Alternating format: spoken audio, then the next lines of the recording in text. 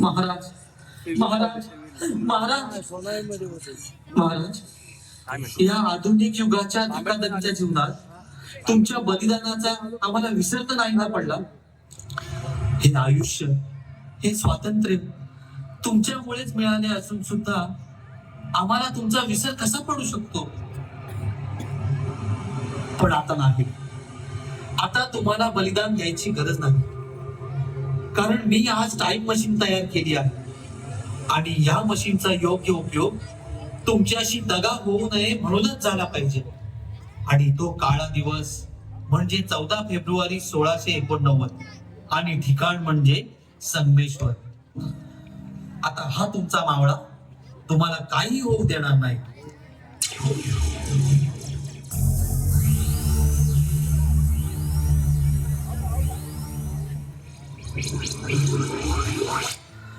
मुजरा राज, मुजरा. जगदंब, कोण आहात तुम्ही आणि इथे अचानक कसे आलात? महाराज महाराज, मी एक भविष्यातील वैज्ञानिक आहे आणि 2025 सालातून एक खूप महत्वाची बातमी तुम्हाला देण्यासाठी इथवर आलो आहे. बातमी? कोणती बातमी? बोला, ऐकतो आहोत आम्ही. महाराज, उद्या म्हणजे 14 फेब्रुवारी रोजी तुमच्या सोबत दगा होणार आहे. स्वराज्याच्या छातीवर मोठा घाव होणार आहे. तुमचे दोन्ही मेवणे तुमच्या आणि स्वराज्यासोबत दगा करणार आहेत. ते मुघलांना जाऊन मिळाले आहे आणि उद्या इथे मुघलांची मोठी फौज घेऊन तुम्हाला कैद करायला येणार आहेत.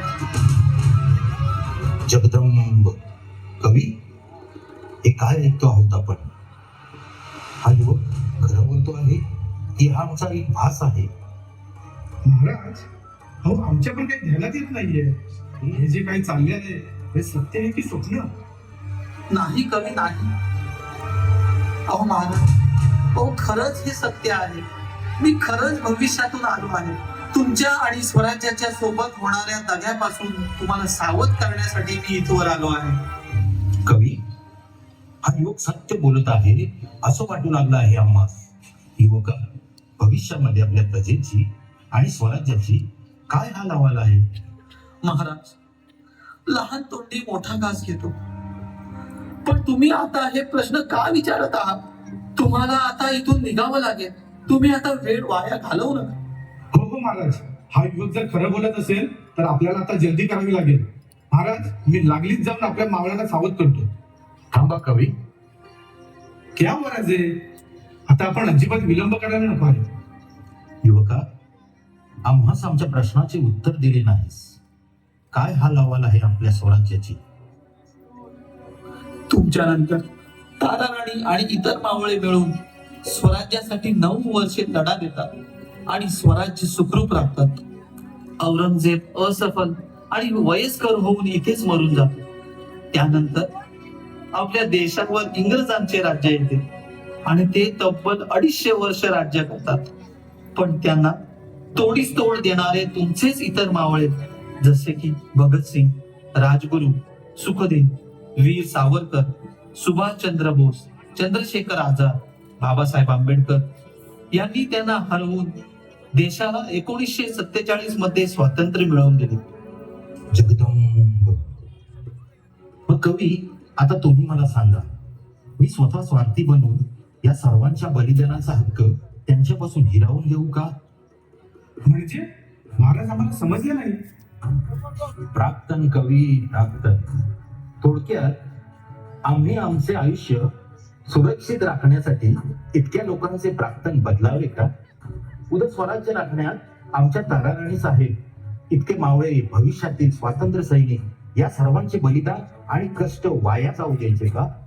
स्वराज्यासाठी लढा देण्याचा अधिकार प्रत्येकाला आहे. आबासाहेब, दादासाहेब, आमचे असंख्य मावळे यांनी हा लढा देऊन स्वराज्य उभे केले. नंतर आम्ही, तुम्ही हे स्वराज्य राखले. त्याप्रमाणेच भविष्यात या सर्वांनी मिळून स्वराज्याचे काम केले पाहिजे आणि स्वातंत्र्य मिळवले पाहिजे. आमचा तुमचा वारसा पुढे चालवत ठेवला पाहिजे आणि याची प्रेरणा आमच्या बलिदानातून मिळणार असेल तर आम्ही 40 दिवस नाही, 400 दिवस नाही, तर 400 वर्ष सुद्धा आम्ही अत्याचार सोसू आणि सहन करू. आमच्या आबासाहेबांनी कायम आम्हाला संकटाला सामोरे जाण्यास शिकवले आहे. संकटाकडे पाठ करून पळून जाण्यास नाही. वा राजे वा, तुमचा मित्र असल्याचा अभिमान तर आम्हाला होताच, पण आज तुमच्यासोबत बलिदान देऊन आम्हाला सुद्धा अमरत्वाचा आवाज घेऊ द्या महाराज.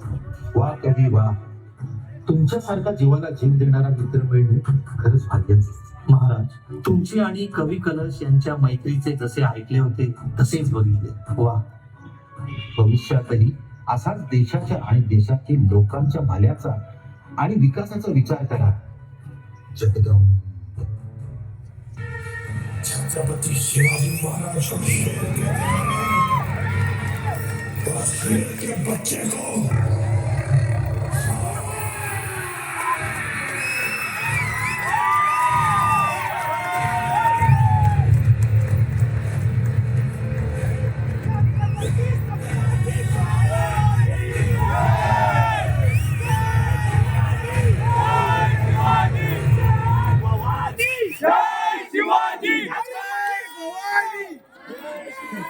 सहा मिनिटे 45 सेकंद.